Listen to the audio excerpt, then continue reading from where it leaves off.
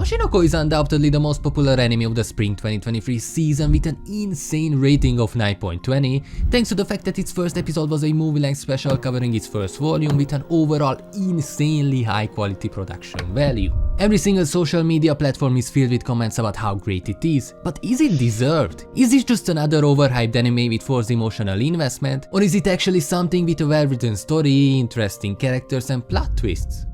But to answer that, we first have to talk about why was it enjoyable all the way through in the first place. The first episode itself has a really similar structure to Steins Gate, where the anime spends most of its time explaining its characters, their background, their motives, before it actually goes into the main storyline, which is probably the only reason why people dropped Steins Gate and now this time Oshinoko. But for the people that were patient enough, it presents a really unique experience that I will never forget. The first episode is divided into 3 main parts, beginning with an introduction to the 3 main characters, starting with the life of Goro, a doctor who seems to be way too obsessed with a certain idol group, and its 16-year-old singer. In its first minute, it starts out with something that people would feel weirded out about. A grown man obsessed with someone underage. It's weird, it's disgusting, yet unfortunately pretty realistic. Although what I love about this is that later on the anime shows a pretty good comparison between him, someone that is obsessed with the idol, with her music, yet understands at which point it becomes weird, and someone that doesn't, someone that formed a parasocial relationship with the idol. After that, once again it takes a weird turn when the idol shows up pregnant in the hospital, wanting to keep her kids despite knowing how much that would affect her career.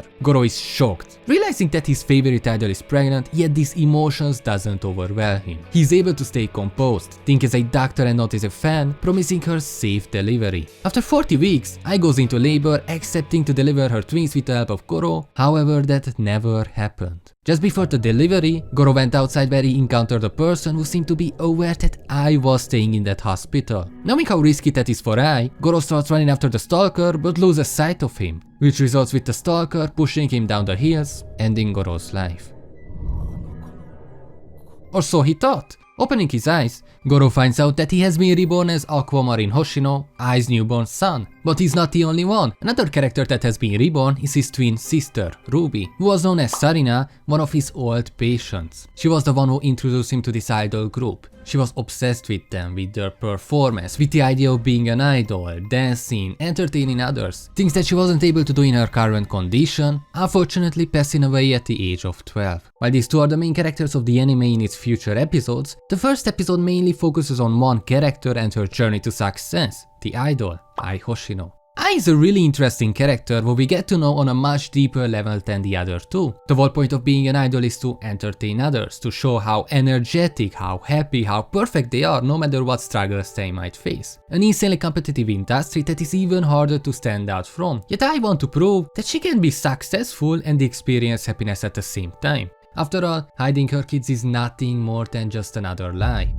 I really like how brutally honest she is. She understands the risk her actions pose to her career, yet she remains committed to achieving what she truly wants. A family and happiness. In the first 15 minutes, the story introduces us to the 3 main characters and explores their lives up to this point. Although not much else happens, the narrative keeps us engaged by evoking a range of emotions with each passing minute. The first minute leaves us feeling uneasy due to Goro's behavior, followed by a sense of sadness from Sarina's backstory. The introduction of Ai's pregnancy evokes another sense of unease, but gradually we begin to feel happy for her and empathize with her decisions. However, everything suddenly turns really scary and dark with the death of Goro. This part is significant because it establishes the foundation for the rest of the episode, raising several questions such as just like how bad is the idol industry? Who was that stalker? Who is the father? That's why the next part of the anime focuses on the idol industry. I want to talk about and focus on the really important scenes and how they were presented in the anime in comparison to the manga. For example, there is this scene early on where we see the same stalker once again expressing his anger towards Ai for having a baby. In the manga, these few panels are simple but effective. However, the way this scene is built up in the anime is just so damn good. By including additional visual elements, like all these items and posters related to Ai, a cluttered room and subtle eye movements, the anime effectively portrays the stalker's severe mental illness. In contrast, the manga does not convey this aspect as effectively. Obviously, things like the voice acting and the background music adds a lot too, but that just can't exist in a manga. Another aspect that truly brought the anime to life was its performances, particularly the promotion event where Aqua and Ruby was also there. This scene is more than just a concert, it's an important moment that offers deeper insight into Ai's character, where we get to understand her just a bit more. We see her frustration at the realization that no matter how hard she tries to be perfect, she cannot make everyone happy. It involves things such as making an actual idol song, the choreography, showcasing the excitement of the audience while also making it feel emotional at the same time. The anime nails all of these elements perfectly, and I highly recommend checking out the behind the scenes video about the first episode, where the staff discussed these aspects in more detail. One of the most interesting parts for me was how much they cared about something as small as the phones the characters use based on the year the story is set in. They even chose the UI and design accordingly, which shows just how much attention to detail went into the production. It shows how dedicated the staff is if they care about details that most people won't notice. The anime is filled with a lot of really well written scenes that contain a lot of extra elements, and one of my favorites outside of the final scene is this one with Ruby, where she accepts the fact that her past life doesn't affect her anymore. She can move, she can walk, she can dance. It's already perfect in the manga, but the anime just takes it a level above. I love the way it transitions to her past, how it showcases how much she struggled yet kept on trying. The anime presents these scenes in a similar manner to the manga, except for the part where Ruby learns to dance, which was kept relatively simple. This gave the director complete freedom, and as a result the scene in the anime feels more complete and satisfying, conveying her emotions perfectly.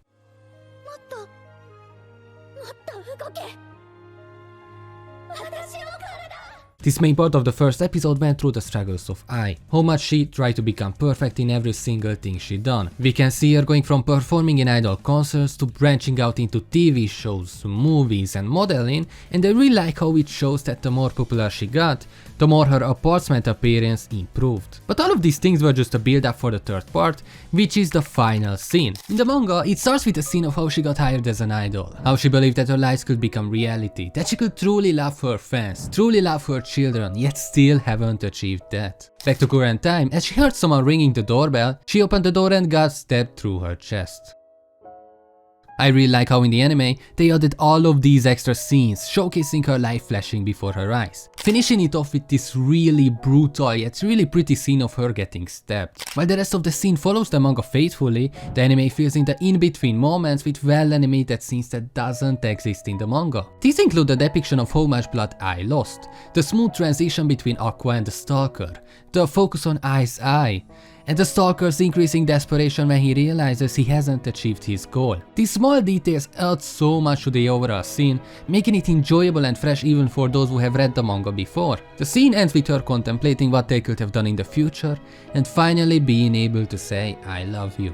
Overall, it's a really well written scene that wasn't necessary for the story to progress, but added so much more value to it. The overall story had a really strong start covering Ai's story, continuing with something outside of it for the rest of it. It felt unique, it was its own standalone movie, and I really enjoyed it. If you want to watch another anime that's just as good of an adaptation, then click on this video.